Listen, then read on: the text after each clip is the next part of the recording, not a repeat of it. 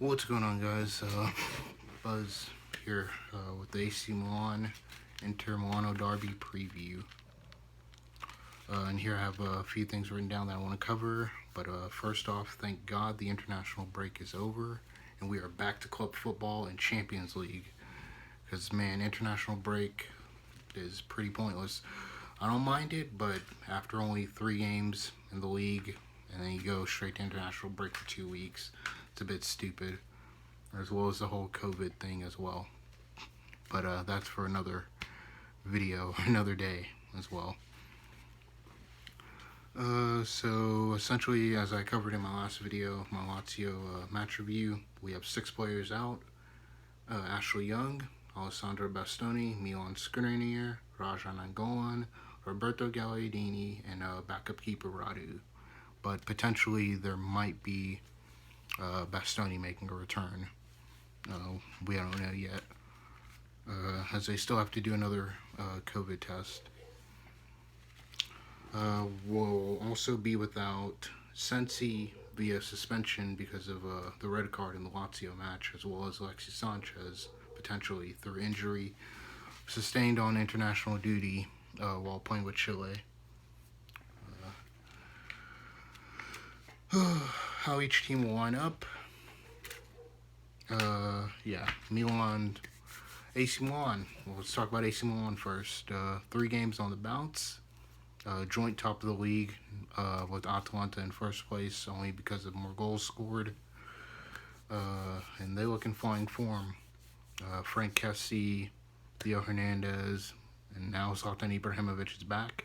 But AC Milan is missing Rebic, Croatian winger / forward for them through injury as well. So let's take that as you will. This match is pretty crucial, especially given the fact that it's a derby between our biggest rivals, as well as also it's Scudetto crunch time for Inter and Conte, which a lot of people have kind of written it off. Not written the game off completely, but kind of like, oh, well, Conte has a ready-made excuse. But even with the personnel he has available that I'm going to list with the predicted lineup I would go with, there kind of isn't a reason to lose, at least at most get a draw, but probably shouldn't lose this. So AC Milan usually lines up with a 4-2-3-1 with Zlatan Ibrahimovic up top, Federico Chiesa, Frank Kessie in the double pivot and a 2. But usually, recently, they started introducing Sandro Tonali, which, if you know the story of Tonali, he was linked with Inter, and then Inter, for some reason, didn't go for him, because we opted to go for Vidal, and now he went to AC Milan. Also with Theo Hernandez, in the left back position. I don't know who is the right back. Just have a quick look at who AC Milan's right back is, because I do have written down here a few danger men that might cause us problems. Have Federico, I keep saying Federico Chiesa, Frank Kessie, Zlatan, Stelzman, who has a lot of pace.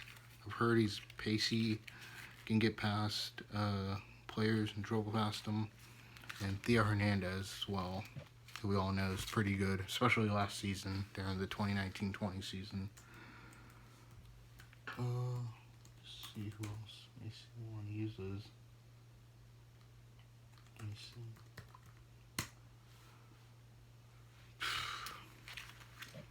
For us and how I expect to line up who we have available left, which the options aren't bad. Of course, this is all about squad depth. I said squad depth would be important, so it's kind of good we made sure to bring in reinforcements. I'm not sure what the status is on Matteo Darmian, whether he'll be match fit, if he's ready to go, or if he'll play. I don't think so. But my predicted lineup for Inter is a 3-4-1-2. Some media outlets have written that it might be a 3-5-2, potentially with essentially everyone knows Handanovic in goal, Alexander Kolarov at center back, Stefan de Vrij in the middle, and Daniele D'Ambrosio on the right side. On the 5, it's going to be Hakimi on the right side, of course.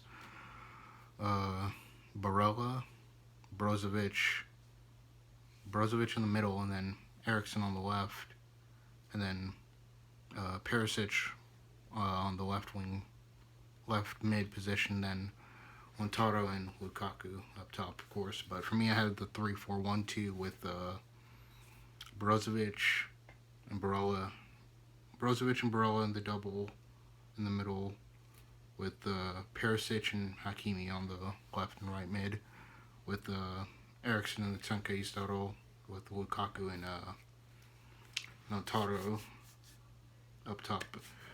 But we still have Arturo Vidal to come off the bench if anything need be. There it is. AC Milan. No, Google.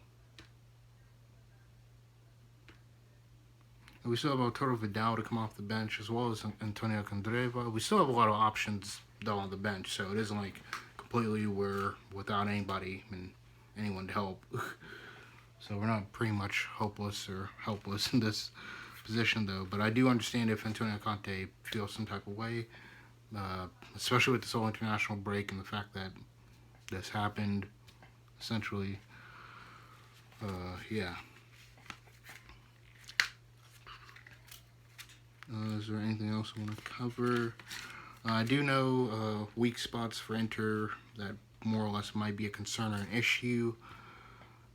Brozovic hasn't looked particularly good, especially in the first game of the season against Fiorentina. He just didn't look like his usual self. Then again, he did play pretty much every game via lockdown into the Europa League. But even then, he still looks like a bit off. Barella was a bit hit or miss. Antonio Conte tried him in the number 10 role against Lazio, which didn't work. Without Roberto Gagliardini, so there isn't much there to say. Christian Eriksen played the first game against Fiorentina. Didn't play. I think he did play against Benevento. I didn't get a chance to watch the game. Only see highlights, but I know he did play against, or he didn't actually even feature against Lazio. Arturo Vidal is good. The only danger I see is the defense, because as we saw in the first game against Fiorentina, Kolarov got exposed more than once. It's essentially the issue of will we be able to catch someone like Stelzman or any other wingers that AC Milan like to use.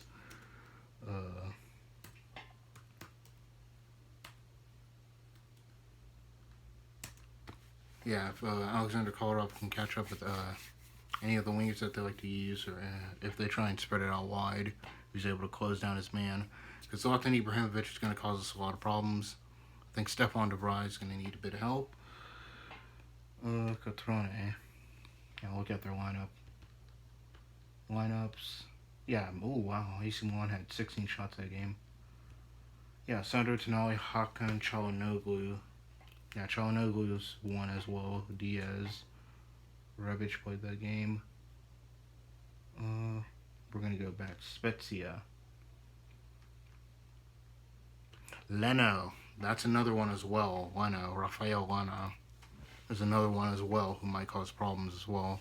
Him and Stetson are two pacey, very fast, good on the ball players to go against. But I'm more or less more worried about the left side than I am the right side, because we have Hakimi, D'Ambrosio, and Barella that can form basically this force field of like being able to deal with the pace.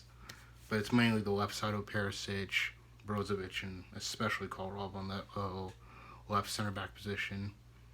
But I think as well from the first game, if we could compare it to this one, we were missing a pretty good, strong central defender, and we didn't play Milan Skriniar, and Stefan de Vrij was out during the first game against Fiorentina. So we actually have someone in the middle that can command and probably try and organize the back, as well as I was going to say Handanovic, but the goal against Lazio could have done a lot better on.